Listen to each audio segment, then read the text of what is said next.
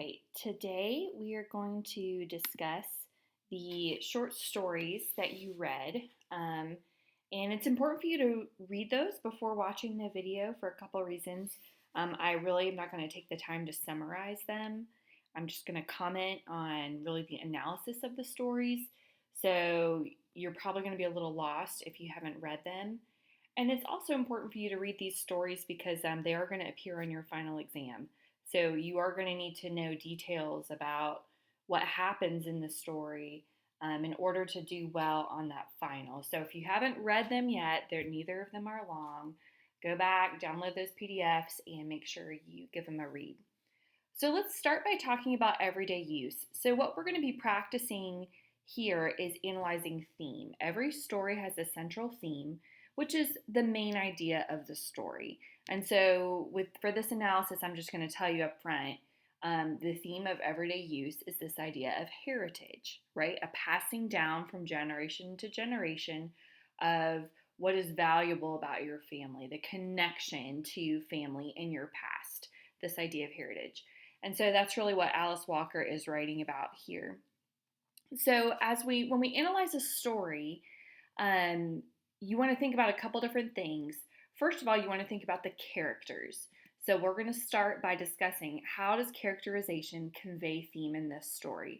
So you really have to think about the characters and what makes them tick. What is the central idea, around this character? What is their personality? What do they want? So let's start with Mama, who is also the narrator of this story, which I think makes her the central character. She is the one telling the story from her point of view, and so she's really important.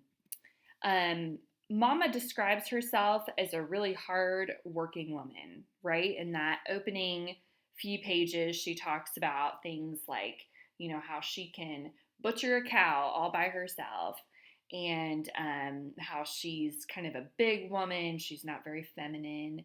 And it's interesting, she views herself in relationship to her daughters differently. She kind of sees herself on the same level as Maggie. They live together.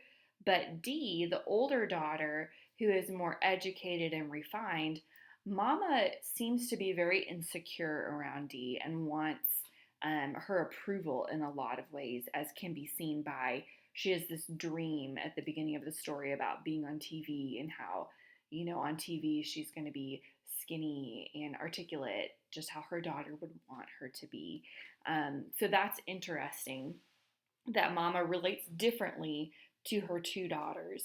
And the two girls are very different. So let's talk briefly about them. So Maggie and Dee. Dee is the oldest, Maggie is the youngest. I guess I should have them in a different order. But they're very, very different. We find out that Maggie was scarred in a house fire, and that has made her feel very inferior and timid, especially in comparison to her older sister, Dee, who is very pretty. She's very intelligent and articulate. She is, I kind of call it, she's like the golden child. She's the one who does everything right. And their family sacrificed to be able to send Dee off to college. So she is kind of the one kid who always gets said yes to, right? So it's interesting. They're very, very different. And so in this whole story, as Dee's coming home to visit, we really see the difference of Maggie in the shadows and Dee, who is just this much more assertive, confident personality. And so again, I hope you see kind of the character triangle here between Mama and Maggie and Dee. And so the central conflict between these characters, I would say, shows up throughout the story as Dee is trying to really push her ideas on Mama and Maggie, and she's also trying to take things from them. She wants to take the butter churn. She wants the quilt. She wants to take all these items for herself, and we'll talk about kind of the ending there and how that works itself out. But the central conflict is between Dee, the progressive-minded person, and Mama and Maggie, who are kind of more down home, comfortable, not as educated. And so we see that conflict there. So you could talk about how the conflict between the characters, they even talk at the end about heritage, how that conveys this idea. Knowing who you are, knowing your past, how are you connected to your past? That's a big idea in this story. So let's talk a little bit more about some of the details through symbolism. So a symbol is just a thing that represents an idea. So Walker actually, through a few different symbols, we're not even going to have time to talk about all of them, she presents two parallel ideas of heritage for us. So the first one is when Dee decides to change her name. So she gets home and she says, "Don't call me Dee anymore, call me Wangaro." I don't know if I'm pronouncing that right.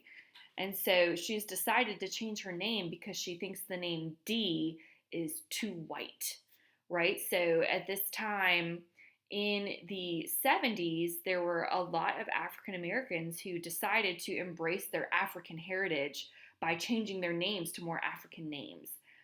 And so it's interesting because Dee is like, "Oh, that name, it's too white. I need a more African name." Whereas Mama says, "Well, actually, the name Dee, I can trace it back through the lines of our family. And, you were named after your aunt and your grandmother and her mother and, on back."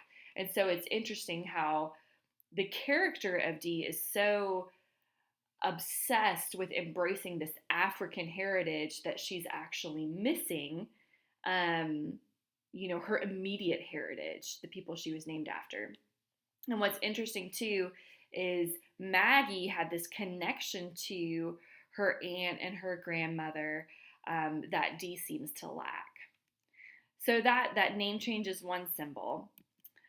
There's also this idea of the butter churn. So Dee decides they're sitting down to a meal. She's like, "Oh, I want this butter churn because it's decorative. It's an antique, and I'm going to take it home and use it to decorate my apartment." And what's so sad about that is that Maggie and Mama are actually in the midst of using it to make butter. So it's an item that they use, and they actually talk about the heritage of the butter churn, who in their family made it, where it came from, what his history was. And Dee doesn't care about that at all. She just wants it for its surface value of what it looks like versus embracing its use and its past, where it came from. So I hope that makes sense. And then I would say the primary symbol, and if you read the story, there should have been a little yellow flag popping up in your mind, because there's a quote where Dee decides she wants to take these handmade quilts with her, again, for decoration. She just wants to hang them up for decor. And Mama says, "Well, I promised I'd give them to Maggie." And Dee says, "Oh, Maggie, she would be backwards enough to put them to everyday use." And so there we see the title of the story. And it's interesting because a quilt is a beautiful symbol of heritage because it's all the little pieces of fabric are actually from different members of the family, their clothing, right? And so the different family members' clothing is actually stitched together with love by, the girl's grandmother. And so that symbolizes their heritage, their past, where they came from. And Dee seems to just completely miss the mark on the meaningfulness of the quilt. And when she and Mama are arguing, and Dee says, "No, we got to hang them up. We have to preserve them." Maggie walks in and says, "It's okay. I can remember Grandma Dee without the quilts." And so she gets it. She's like, it's not about the actual item and its decorative value. It's about my connection to my grandmother who taught me how to quilt. That's the true value of these quilts, and our heritage is remembering the people that are connected. So again, this is what you would talk about in your paper, right? Like what these different elements of this story, how do they connect to the main idea of heritage? The other literary device that I think is used well in this story is the idea of irony. And I've already touched on this a little bit, but it's incredibly ironic that Dee seems to be seeking a heritage for herself. She wants to create this image, this identity around being African, but she seems unwilling or unable, we don't really know which, to actually embrace her family. She wants to kind of separate herself from her immediate family past and heritage. And so there's a lot of irony around that. And it's also interesting, we see the character of Mama, how in the past she seemed to worship Dee and think that she ruled the world. But at the end of this story, Mama has this moment where she actually stands up to Dee and says, "No, I want Maggie to have the quilts." And so she has seemed to idolize her one daughter her whole life, and kind of the other daughter has been in the shadow. But she understands, she has this moment of revelation where she reverses that and says, no, I'm going to value Maggie because Maggie is more connected to our family. So there we see irony in the story connected to theme. And then also for your essay, I'm going to ask you to talk about, is God present or absent? Does the author present a biblical worldview? Now, I would say God isn't really present in this story. There's one mention of the Holy Spirit where Mama talks about being in church and getting the Holy Spirit, but it's really not a big element of the story. But what we have to think, the ideas here, valuing heritage, understanding heritage, does that fit in with a biblical worldview? So even though God is largely absent from this story, does the Bible instruct us to honor our family and honor our past and understand it? Yes, absolutely. There's all kinds of verses in the Bible about honoring your parents and, honoring those who are older. And the whole Bible itself is a story of heritage. You think about all the genealogies of Christ and all the genealogies. So the Bible clearly values this idea of heritage and a connection to the past. So even though God is largely absent in this story, you could talk in your conclusion about how there are biblical ideas around this concept of heritage. So that's really what I'm looking for you to do. As you choose your own story, you can't analyze everyday use or sweat for your paper, obviously, because I would be doing the work for you here. But I just wanted to give you examples of how do you analyze a story? What are you going to talk about in your paper?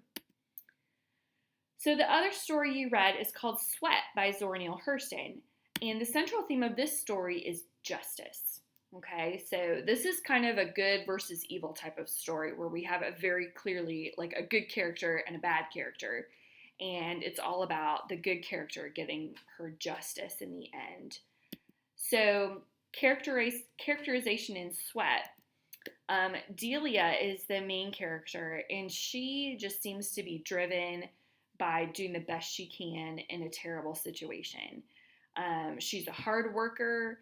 She's in this abusive marriage. We know that she values going to church, that she values her own, reputation of her work ethic. So, she just kind of is patiently getting through this suffering in her life of being in this abusive relationship. So Delia, again, kind of represents that idea of goodness, faithfulness, hard work. Sykes, who is her husband, is the bad character, and he's abusive. He abuses her emotionally and physically. It talks about how, she's been beaten, and the story actually opens with him taking this bullwhip and draping it around her shoulders to scare her because he knows she's scared of snakes. And of course, that comes into play later in the story, kind of a big part of the story, this idea of snakes. So he is defined by his cruelty. And in addition to being abusive, he's also unfaithful. He's having this affair with this woman named Bertha. And her purpose in the story is to really highlight what Delia lacks. Bertha is described as a very large woman because she is cared for and nourished, in contrast to Delia, who's described as very skinny and small because she is, in a lot of ways, starving. Like, she gets no affection. She gets no positive affirmation from her husband. All that goes to Bertha. So, of course, the central conflict between the characters here is very obvious, where we have a husband and wife who are at odds because he's an evil man. He's unfaithful. He's abusive. And that's, we're dropped into this story where Delia is just kind of struggling to live from day to day. And so that kind of, we get walked through her suffering in the story till the end comes. In this story, symbolism is really interesting. Now, because I want to show you a story where God was largely absent and the story where God is present, because there are quite a few biblical allusions in this story. So, in a lot of ways, Delia is shown as a Christ figure. She's like the innocent sufferer. And so, there are even quotes in the story about how she, climbed over the rocks in Gethsemane and up the road to Calvary. So, she's described as suffering innocently for someone else's sin. So she kind of represents that goodness of Jesus Christ. And on the other hand, Sykes, because he's associated with this idea of a snake, we associate him with Satan because of, Satan coming to Eve in the Garden of Eden in the form of a snake. And his name, even, Sykes, has that snake-like sound. And so if you read the story, you find that he actually catches a rattlesnake and brings it into their house just for the purpose of scaring his wife. So he's got this rattlesnake in the house. And it's interesting, too, he feels like he has control of it, right? He's like, oh, I'm a snake charmer. I totally control the snake.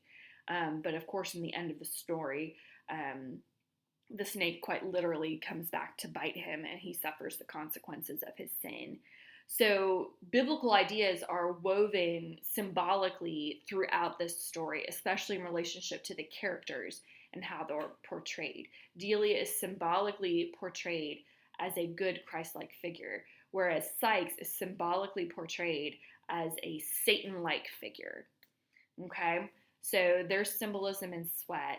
We also, at the end of the story, there's a lot of really cool imagery around light and darkness.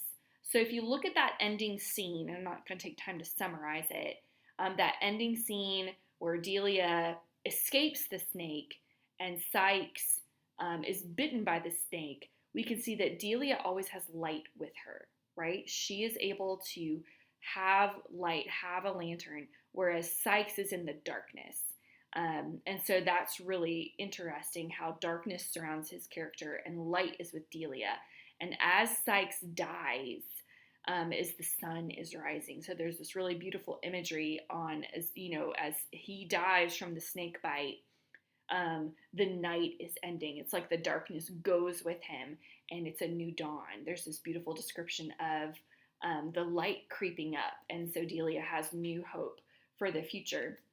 And so obviously the symbolism and the imagery all reinforces this idea that Delia gets her justice in the end. The evil is punished, the good is rewarded, justice prevails in this story. And then finally, is God present or absent? God is definitely present in this story. Delia prays, there are references to scripture. So you could talk about that in your conclusion if you choose a story where God is present. And there is definitely a biblical worldview here where justice is upheld as a good value, right? Good is rewarded, evil is punished. There's this idea of long suffering in Delia and how that is rewarded in the end as well. So what I did very briefly with these stories, first of all, I just wanted to help you understand these stories and help you understand how to analyze a story. And there's going to be another video where I talk even more clearly and specifically about crafting a thesis statement and doing your research and that kind of thing. So make sure you watch all the videos this week because Essay 5 is it's a pretty significant essay. So let me know if you have any questions, and that's it.